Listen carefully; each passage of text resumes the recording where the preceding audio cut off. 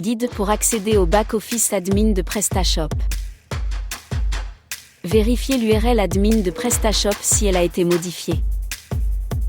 Si vous ne pouvez pas accéder au back-office admin de PrestaShop, il est possible que l'URL ait été modifiée. En cas de changement manuel ou après une mise à jour, l'ancienne URL d'administration peut ne plus fonctionner.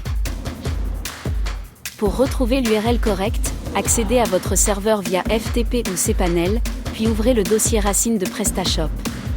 Recherchez un dossier dont le nom commence par admin suivi de chiffres et lettres aléatoires. C'est l'URL correcte à utiliser pour accéder au back-office admin de PrestaShop.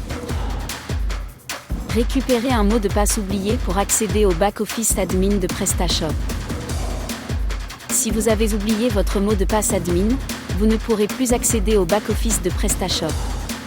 Heureusement, il est possible de le récupérer en cliquant sur « Mot de passe oublié » sur la page de connexion. Si l'email de réinitialisation ne fonctionne pas, vous pouvez modifier votre mot de passe admin en accédant à la base de données via FiadmiAdmin.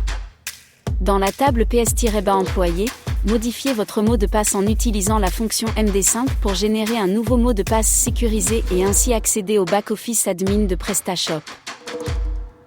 Corrigez une erreur 4 cents 4 ou 5 cents empêchant d'accéder au back-office admin de PrestaShop. Si une erreur 404 ou 5 cents vous empêche d'accéder au back-office admin de PrestaShop, cela peut être dû à un fichier manquant, un problème de configuration ou un bug serveur. Une erreur 404 signifie que la page d'administration est introuvable.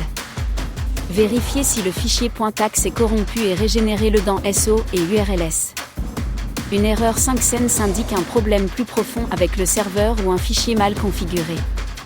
Accédez au log serveur pour identifier la cause et ainsi rétablir l'accès au back-office admin de PrestaShop. Supprimez le cache de PrestaShop pour accéder à l'admin back-office.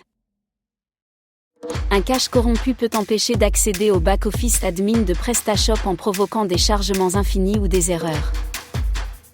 Pour résoudre ce problème, accédez à votre serveur FTP, puis supprimez le contenu des dossiers de cache.